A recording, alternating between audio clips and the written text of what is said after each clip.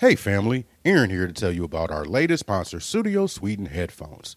Do you like headphones that are comfortable, stylish, and Bluetooth? Well, Studio Sweden headphones are all three. Studio Sweden headphones has decided to sponsor the Black Astronauts podcast and is giving something to our listeners.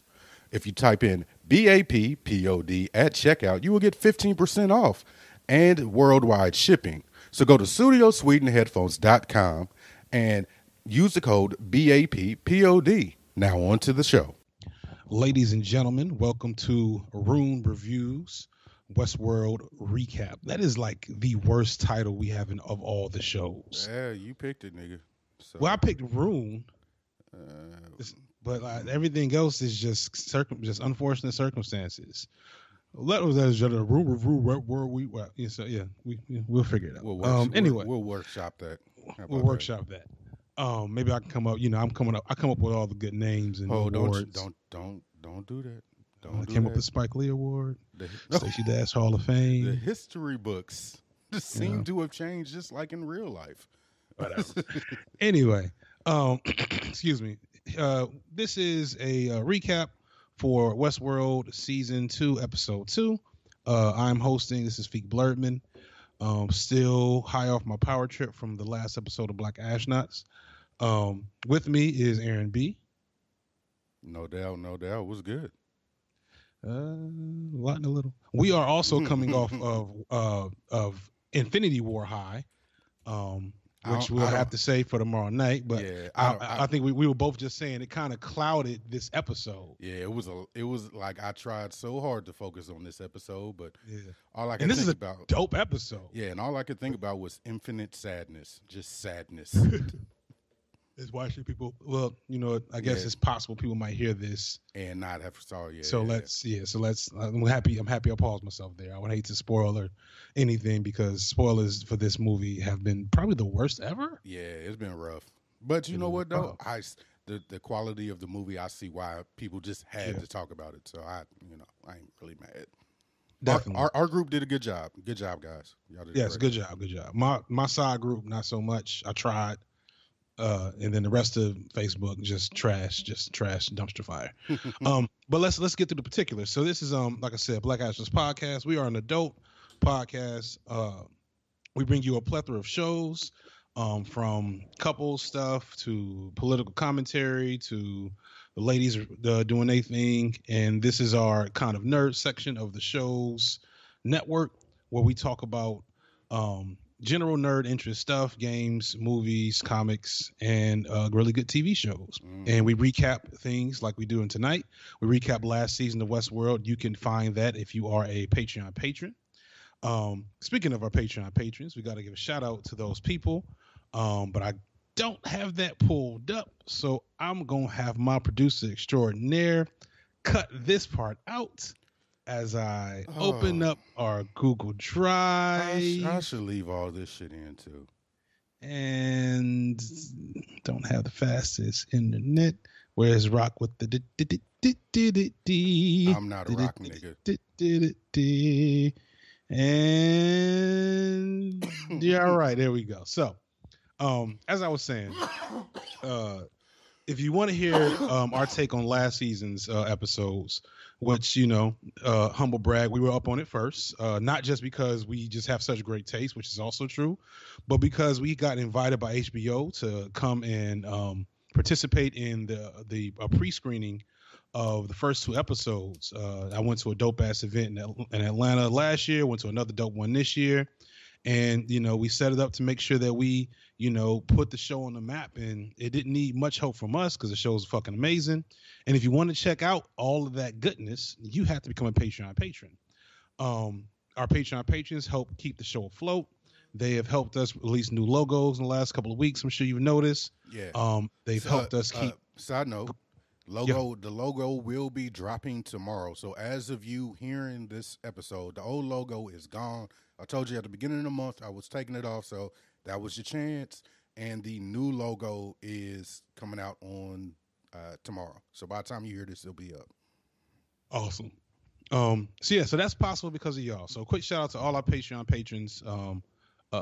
Black Sean, Nutella is Life, Sadida H, Kenneth H, Justin C from I Do It for Hip Hop Podcast, DeAndre, Veggie Vixen, Ronald B, V Williams, Feeks Beard, Peter H, Pasto Chene, Felt 5, Deloya, Shlonda W, Wanga, Cameron B, Mr. Brent, Simo, Ashley G, Chonilla, Knowledge, Dre, The Disrespectful One, MJ, Donald, Ophelia Ono, Teddy Funk, Charlie Snowflake, and Angela D. Thank all of you all and several more for your support. With that said, we're going to jump right into this episode. Aaron, did I miss anything before I jump in? I do not believe you did. Good job. Okay, yay, I'm getting back in shape. This episode is called Reunion. It was directed by Vincenzo. But Aaron missed something. What did Aaron miss? Did we got the commercial? No, we have feedback. I apologize about that. Oh, yeah. All right. So this is from the brother Chris Lehman, one half of the Brothers Lehman podcast. Chris says, "What up, fellas? Season 2 of Westworld is upon us. My wife, what up, girl? Hey, and I rewatched the first season to get ourselves ready for what's to come. And they start off holding no hands as usual. Y'all mentioned the two time frames. The current time, 11 days after Ford's death, and where season 1 left off. What y'all didn't mention, that the show started with Arnold talking to Dolores, with Arnold saying she was learning very quickly and was scared of what she may become. I think she will be in that time frame as the season goes on. We'll get to that as well. Since we also saw glimpses of young William in the previews, that's another time frame that the writers will throw at us. All of that, very much correct. And Definitely insightful. And mind you, he wrote this last week. Yeah, last week. So, in the scene where the young Ford host tells the black man in black that this new game is meant for him, I believe his words exactly. We know Ford and William, a.k.a. the man in black, have a relationship. He calls Ford by his first name, Robert. He's the majority owner of the park controlled by his company, Delos. So we know they go back a long way. William has been playing the villain of the park for a long time. So just like Arnold created the maze for the host in general, but Dolores specifically, I think Ford created this new narrative for Delos and the guests in general, but for the man in black specifically. Okay, that's interesting. Yeah, I was thinking about that after this episode. Yeah, me too. I also wonder that if Ford could put his brain into the kid host, how many other hosts does he reside in? Another thing we're going to swing back around to, because I got some thoughts about that as well. Regarding the scope of the park, last season they gave us the view vertically, having so many levels. Think of the lowest as 82. I think the lowest was 82. Yeah, it was around there. I think so. All of the operations in the living quarters were below the park. The only glimpse of the location was when Bernard was telling Maeve of her being programmed to get out of the park and to reach the mainland, meaning they might be on some island. Well, we do know it's something to do with China, right? Also, I can't remember where I got this from, but China is kind of like Dubai in that they have been recently building islands for rich people. Okay. So it's not just like it's likely a Chinese built island. However long into the future they are. No doubt. So also he says, now in season 2, we get the view horizontally. Interesting. It gets revealed that the island they may be on is not far from China. Yes, there we go. And we see, and the end of the episode, that there is a large mass of water in an area that everyone thought was just land. Or we know there are at least 5 parks. That's nuts. Glad y'all are back. I normally watch the episodes twice before listening to your recaps, then watch it again to see things after hearing your thoughts. You have to watch the show multiple times and with captions to capture everything anyway.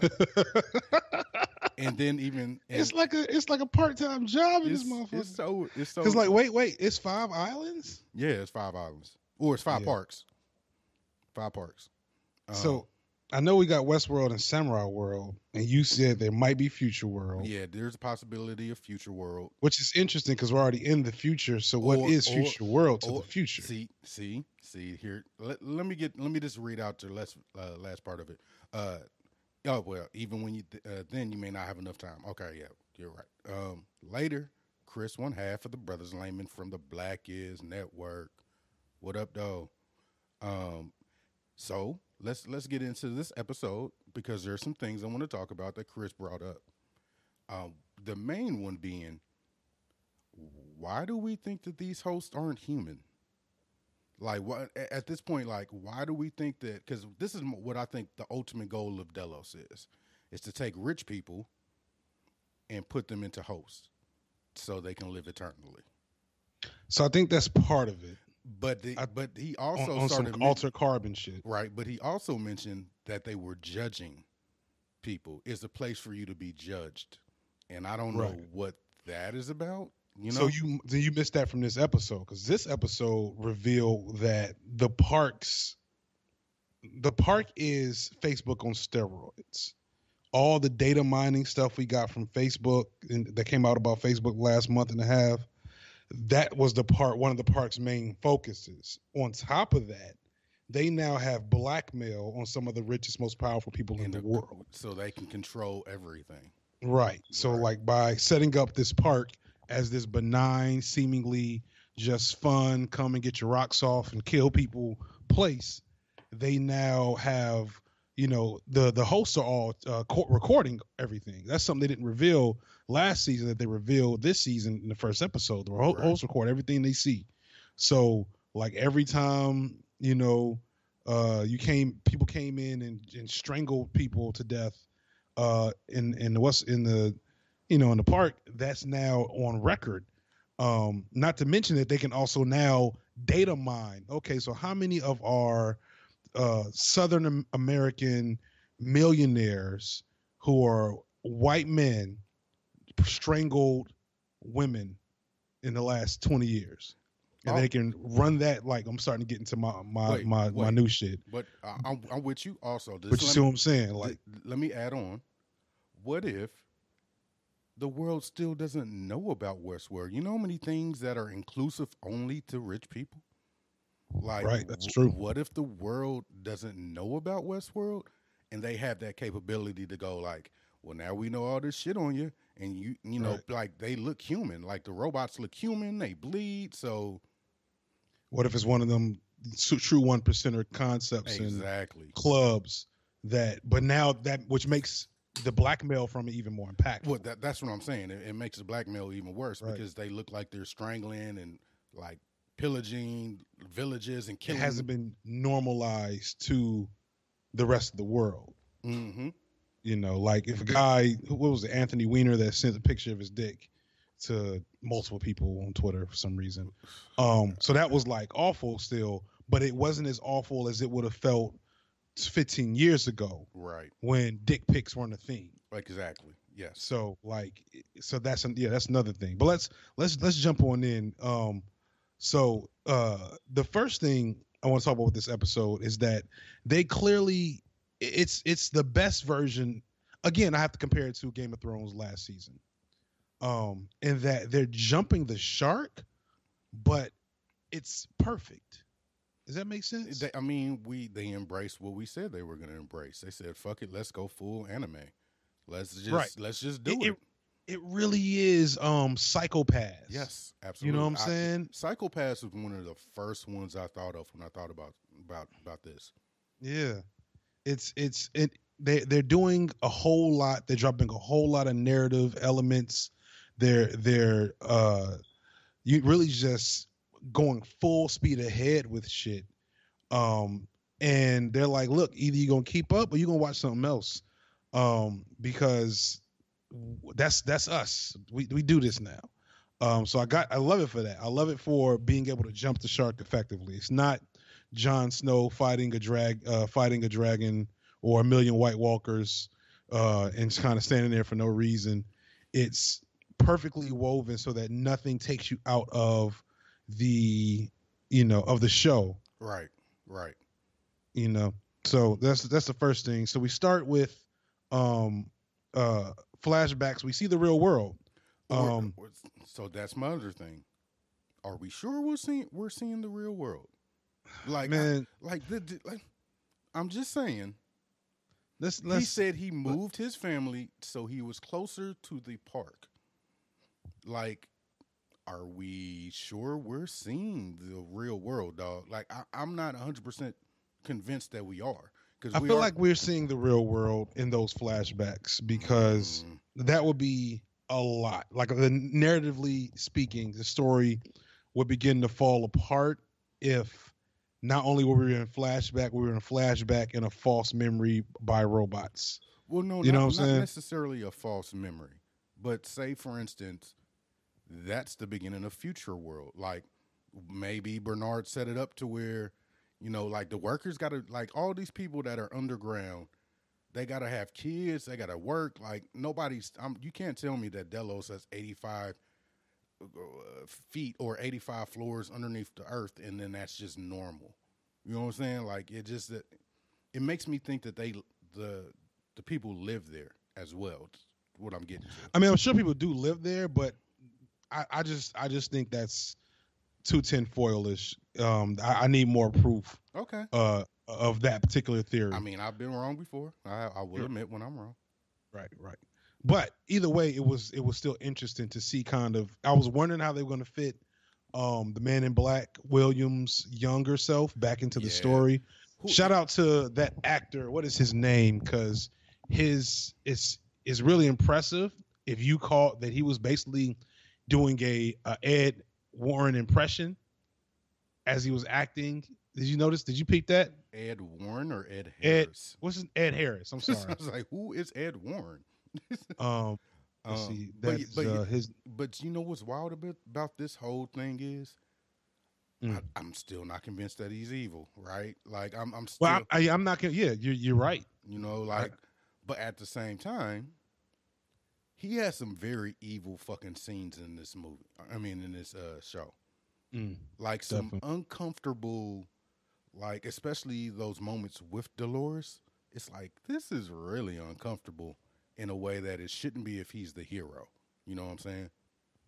Jimmy Simpson. Yes, Jimmy Simpson is doing the Ed Harris impersonation. So in the first season, when he's playing young William, he's, kind of soft, not really soft, but just like soft-spoken, pensive, thoughtful, careful. And in this one, it's like he's holding his balls every time he talks. You know what I'm saying? Like, there's a certain. I can't with you. I'm just saying, there's a certain way you talk when you holding your balls that you're not gonna talk if you. I don't know, man. Y'all know what I mean. And for the ladies listening, you still know what I'm talking about. You know what I'm saying? Because you've seen it. Anyway, so I give him props for that, because that's some good acting to just like kind of see him transform into this different version of his own character. And we see just a bunch of backlog stuff. Most of it's just cool tone setting stuff. I don't know if there was anything super important that was revealed in a lot of those, except for, the clear indication that Arnold was partial to Dolores. Right. Because basically it was clear that they were, what's the proper word here? Exploiting the female robots to the men at an early stage. Right. Which makes perfect sense. But it's also like, is it exploitation? It's like, yeah, especially at that stage of the game. Right. But go ahead. But also what's interesting about that is, with Arnold being so close to her, it makes sense on why Ford built Arnold, to make sure that that connection wasn't gone. You know what I'm saying? Like, why Robot Arnold is the one that spoke to Dolores multiple times. Interesting. You know what I'm saying? Like, is this the layers to it are kind of interesting. Right. So one thing that it just hit me. So the two things that come to mind about that, those early scenes. One is, how they were clearly not fully equipped with improvisation, because Dolores kept repeating herself. But then it occurred to me that William repeated one of Dolores's lines. And so I'm wondering, was that a line that came from last season? Hold on. And we are back. Right. Next thing we're gonna get into, Fiq. So let's get into some of the major events of the episode. I feel like there's two like oh shit moments, three oh shit moments. The first one, I have to say, disappointed a little, and that was Maeve running into Dolores, and really disappointed. It's just that, and it's very clear. I think it's very obvious that this is gonna they're gonna meet up one more time after this, at least. But so Maeve runs into Dolores, and for the first time, especially in this these new episodes, because Dolores is just a fucking supervillain right now. She's blonde Thanos. Yeah, she like definitely. Yeah, she is not taking any prisoners. Everybody. Yeah, like it's wild. It's almost comical that she's so evil. Right? Yeah, she just needs a mustache to twirl. But when she meets Maeve, I think it's fair to say Maeve clearly exerted some authority or power over her, and like Maeve wasn't fazed by her shit, and she knows some shit because we'll probably talk about it a little later. But when she said what she said to Teddy, it was like, oh, you know right. What she's doing, right? You know what I'm saying? And it made me. Are you free? Right. And Teddy the whole time like, well, I mean, I don't know. I don't know. That's still Bay, right? It's very, very, yeah. But I found that whole scene riveting. Like I thought that they played it the right way. Like they did. Yeah. Like I felt like if Maeve would have been more over the top, it wouldn't have worked. And if Dolores would have not been as over the top as she was in her speech, then it wouldn't have worked. Like they found a perfect balance. Her speech was Robot Umar Johnson. Like that's her right now. She's a Rotep. Oh nigga, we found it. So also Pete, Maeve I don't think revealed her secret weapon that Dolores does not have, which is the ability to control the other robots. Exactly. I don't know if Maeve can control Dolores. But she can definitely control the other ones. Right. She can definitely control the other ones. I don't know, though, because... Because remember, when she killed that dude and then brought him back, it was like, at that point, is she controlling him? But remember, so that was to me one of that scene right there fucked me up. So, the scene is Dolores is looking for allies. She goes and talks to a group of soldiers, and they give her some shit. The park is like in this weird limbo space where the hosts know something's off, but they're not fully aware of what's really going on. Only a handful seem to be fully aware of what's really going on. And so Dolores and them come in, talk shit with the dudes, then kill them, and then so here's how it's different. She brings the dude back to life with a cleaner in his computer. Mm-hmm. She doesn't bring him back to life with her own powers. Right. Well, you know what I'm saying? But and dude's face was perfect, because imagine if somebody came and started talking reckless to you, then killed you, then brought you back to life and said, all right, now you work for me. What you gonna do? Yeah, you work for that person now. But if this is my problem. If they're still programmed, was this a part of Ford's narrative? Like, I'm still going back to, I'm not completely sure this isn't part of Ford's narrative, dog. Like, I mean, Ford clearly has some narratives in the works here, which brings us to the third really awesome moment, which is a fucking amazing, just dope ass cameo from, I don't know dude's real name, Gustavo Fring is what I'm gonna call him. You mean what's the school? Giancarlo Esposito. What's the school day's name? What was dude's Big name? Brother Almighty. Big Brother Almighty. Yes. Giancarlo Esposito. King of the one and dones. The guest, right. The guest spot. King of the it's him. Oh, this gonna be good. Right. Whatever he does in that moment, it's gonna be dope for them 2 episodes. He comes through and he has this dope ass moment, just kind of just doing his thing, just fucking maniacal epilogues, anime epilogues all through this episode. Hey, just chewing. That scenery just is all gone. Chewing going at that shit. Just anime episodes. And like, I'm just waiting for somebody to just go full. I'll tell you what the problem is with you people here. You people have no idea the real world outside of Westworld. Like, I'm waiting. You hear that low thunder of rock and roll underneath? Jump, jump, jump, jump. You waiting for Bernard to look up and be like, that weird breathe, gasp. Anybody that we done lost half the listeners, but the rest of y'all that like anime, y'all get it. Y'all fucking get it. This is a nerd show. Don't judge us. Right. Damn it. But yeah, so he gets a fucking monologue, and then all these motherfuckers kill themselves, which lets you know that like it's not just a myth. Like, Ford definitely put some wild shit into this park for the Man in Black at the end of this 2 weeks, because he did give. I think that was something we missed that I thought I remembered but couldn't quite put my finger on last episode. Is it? Am I wrong, or does young Ford, I should say, does he not tell the Man in Black he has 2 weeks to kind of finish his part of this puzzle? I don't remember if he gave him a time frame. I'll have to go back and look. I'm not sure. I'm pretty positive, but of course, as usual, we can both be wrong.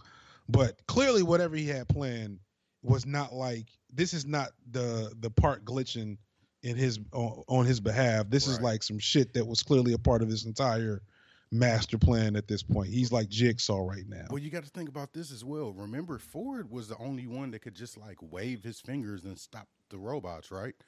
Right. So maybe he has a failsafe for if he dies, this is what the fuck is supposed to happen. That makes sense. You know? That makes sense. We don't get any Tessa or any Arnold in this episode. We still don't know what the little white girl is. Oh, and one more little detail I thought was cool. I'm loving how they're more detail oriented this season with the what's the word I'm looking for? The logic leaps you have to take. Right. Yeah. So like we saw Ford get shot. The Man in Black get shot at the end of last season. Then we saw him get shot in the first episode. And then we got someone get shot in this episode. But this nigga found a health pack. This nigga found a health pack. And it was the same color as health packs in fucking Left 4 Dead. I just don't understand what that tool does, dog. It don't matter. It sciences your skin together. So, hear me out. Yep. Just throwing this out there. Maybe Ford is not what we think he is. You mean Man in Black? I mean, yeah, the Man in Black. Maybe he's possible, but again, like, you can't just make everybody a robot because it'd be interesting. There has to be a purpose to that twist. But the purpose to this twist is maybe, I'm trying to think, because we've not seen, if that was the case, if that tool was available for the rest of the world, like, wouldn't what's his old boy, his brother's name? I don't know. The dude from Logan. If he would have got, he got fucked up last season. You don't think he knew what that shit was? Like, come on, man. Like, yeah, but he also was he wasn't around, and he didn't know where the boxes are. You got to remember, fucking William, the Man in Black, is a completionist. He's 100% guy. Oh, and you know what? And he, at this point, he's the owner. Right. So he knows where the health packs are hidden. Yeah. You know what I'm saying? They probably have the health packs there in real life for, accidents, moments of the accidents and shit in the park, because they do have cliffs and fucking rocks and cacti and shit. Hey, but they should have looked at the camera before he punched that wall and looked at the camera like, Aaron and Fiq, this is for you. Pull that shit out. Like, cause he really is. He's basically, this is his. And I made the joke, and I was so happy I was with nerds, because I was like, cause he, the little anthill moment where he's getting the guy off the anthill and he's talking shit. And he's like, man, you're supposed to be able to get out of this by yourself. I guess the such and such boys are a little different with the park out of control. And then he fucks around and almost dies. And I was like, man, you better get your new game plus in order, nigga. This ain't easy mode. You got to remember all the shit before. You got to remember all the shit. You know what I'm saying? So, that was a little, but also, so getting back to my main point, that adds the detail of showing that, why we should not think too hard about William, the man in black, making it throughout the park without dying if he can heal himself like it's a game. Right. You know yeah. At saying? that point, it's like, okay. Because, this the nigga's show's almost invincible. Like, he got more than 3 lives. Right. So, in that makes sense. You got health packs lying around that can people, bullets only kill you because you bleed to death. You know what I'm saying? For the most part, unless you get shot in the head or the heart, most bullet wounds come from blood loss. So if you got a piece of whatever that is that can sew you up real quick and stop the blood from draining, bullet might as well be a pinch, a really bad pinch, But a pinch I would say a little bit more than a pinch, brother. I haven't been shot before. I'm not gonna wood. If you've been shot before, you can tell me how a bullet feels. No, don't tell me. We'll read it on the show. They get a 5-star review. So we had the stuff with the Delos family. I mean, it was interesting, but I feel like it's not gonna mean a ton in the future. I think that's really all we got. Is anything I'm missing from this episode? No, this episode felt long or short, but it didn't have a lot in it. It felt like we had just got done watching our hearts get ripped out for 2.5 hours, right? And this was a lot to take in. Yeah, I'm not even gonna lie. I've only watched this episode once. I usually go back and watch it 2-3 times. I was just I don't want to watch any media right now. So that's the one thing that was interesting at the end that we have to pine over for a second before we run out of here. Dolores reveals that the Great Valley or the Great Beyond or whatever it is a weapon. Yeah. Now that is interesting. Now, yeah, because what is that? So, but where that place is, right? Underground last season. That's where they were working underground in the church. Right, I thought that was him digging up the old place where the massacre took place. Of Arnold. Well, I thought he was digging up Wyatt's massacre. I didn't know he was digging up something else. Yeah, I'm pretty sure that was where the church. I mean, the original facility was. So, okay. And we have those hidden places around the park now that we know nobody may have known about. That are doing something totally different than what the park employees know, even. So, who knows what the fuck is in there, dog? Yeah. So yeah, it's interesting. It's interesting to see what's gonna happen there. It was a big, especially it was when a big shock. It was a shock. Like, right. This is not as going. This is going sci-fi in a way I didn't expect to go. Like, now we're getting into weapons and shit like that. Right. And we saw the preview for the next episode. I'm not sure what to make out of it. I guess one last thing to touch on is Teddy. Poor Teddy. Because he's not really built for this. At all. He seems so sad and confused. And he's finding out that his main role in the park is to be shit upon by other dudes to make them feel, you know what I'm saying? And so also, you got to think about it. I don't think he's ever woken up before, so that's a lot to take in. Like, Dolores has had that happen multiple times. It's been established, right? Right. So, how many times has that happened to him? And you notice this, we didn't talk about that in the party, that most of the originals are the ones that are waking up. Yeah. So, but were the originals? Did they have? Dolores has old body parts. And the other one, what's her name? Clementine. Clem. Yeah, she was in there. Right. I'm pretty but sure. Does she have old body parts? I don't think so. I'm not 100% sure, but one quick theory somebody threw out that at first I was like, nah, but I was like, oh man, yeah. The robots can have kids. How? Because we're already doing that. Did you like it? Like I said the same thing you said, and then somebody was like, "Dude, we've been cloning people for like 20 years already." And I'm like, oh shit, we have. You know what? Right. You're absolutely fucking right. Yeah. Wow. So right, nigga, like so because they're 3D printed, they have all the organs. Hold on, man. I need a moment, man. Fuck, man. That shit seemed like yesterday. It's probably clone full ass grown kids walking around there. Yes, like if I'm not mistaken, the first full graduating class of test tube grown kids was like 2015. Wow. And it was a class of kids that were genetically engineered or whatever. I don't know the full story behind them, and nobody knows who they are except like the researchers. But they graduated last year or the year before. So like, if it would be nothing in this already future scientifically advanced world for them to have figured out how to make a robot womb work. Yeah, you're absolutely fucking right.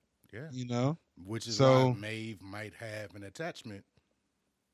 It's a slight chance she gave birth to the motherfucker, and maybe the new robots don't do that shit. So I don't know. I don't know. We got it. This fucking. I don't think they're going there. I don't remember how we got there. It's something about maybe Bernard's DNA. Fuck if I know. But somebody just mentioned it, and I was like, I think he's gonna have kids. And it was like, we already doing that. And I was like, fuck. Damn. So, that's one last ridiculous nugget to chew on before we get up out of here. This is a bit of a shorter episode, but this episode just didn't have as much to chew on. It was just all pizzazz. And also, we saving our energy for tomorrow. Right. I think it's gonna be a marathon tomorrow. Yeah, definitely, indeed. So with that in mind, let me just get run down the shout outs, the necessary shout outs. This has been RUNE Westworld recap review. Russ something else. It's RUNE Recaps, asshole. RUNE Recaps Westworld season 2 episode 2. This is brought to you by the Black Ash Podcast Network. Check us out on blackashnotspodcast.com. At Black Astronauts at Black Astronauts Podcast on Twitter. You can find me at Fiq Blerdman, FIQ_BLERDMAN on Twitter, the website. Aaron. Ashy 3 classic. Oh, shit. Oh, epic fail. Epic fail. Stop coughing so I can laugh without being fearful. It's Ashy. That's great. Ashy 3 Ashy on Twitter. Y'all know where I'm at. Right. Check us out on Patreon, blackastronauts.patreon.com. Check out the YouTube channel. Send us feedback at blackastronauts@gmail.com. You always get that wrong. blackastronauts.podcast@gmail.com. blackastronauts@gmail.com. And I think that's about it. You'll get this on Wednesday. No, tomorrow. No, you get this on Tuesday. You get Infinity Wars tomorrow, I'll say, so this is coming out, and more hot shit later on in the week. Appreciate y'all for coming through. Peace.